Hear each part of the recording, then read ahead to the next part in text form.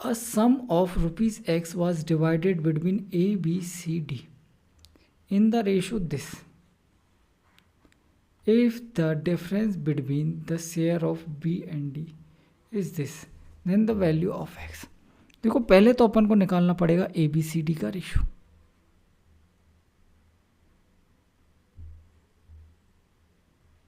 आप बोलोगे सर दिया तो है, क्या दिया है? 1/3, 1/5, 1/6, 1/9.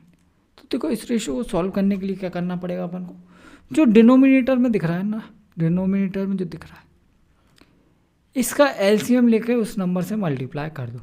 तो देखो एलसीएम में क्या क्या आ जाएगा? 3 आएगा, 5 भी आएगा, 2 भी आएगा और 1 और 3 आएगा, मतलब 9.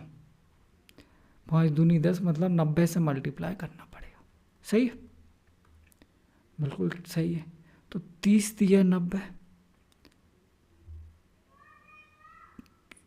18 पंजे 90, 15 छक्के 90 और 9 धाम के 90. ये आ गया आपके पास ratio A B C D का. अब आपको बी और डी के बीच का डिफरेंस दिया है. बी और डी के बीच का डिफरेंस 8 यूनिट, 832. 8 एकम 8, 8 चौको 32. सही है? बिल्कुल सही है. क्या पूछा है आपसे, बताना जरा मुझे. Then the value of x पैसा डिवाइड किया गया है, टोटल पैसा है एक्स. टोटल पैसा यहाँ से जोड़ो जरा, कितना आ रहा है? 30, 8, 5, 13. 8, 5, 13, 30 चौको 12 यूनिट.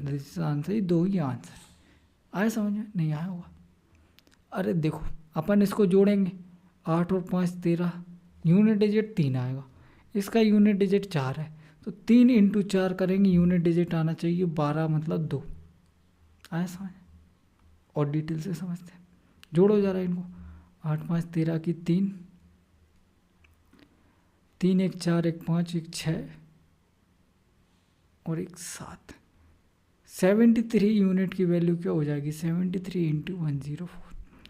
अब देखो 4 दिया 12, क्या आ जाएगा? 7592. सही है.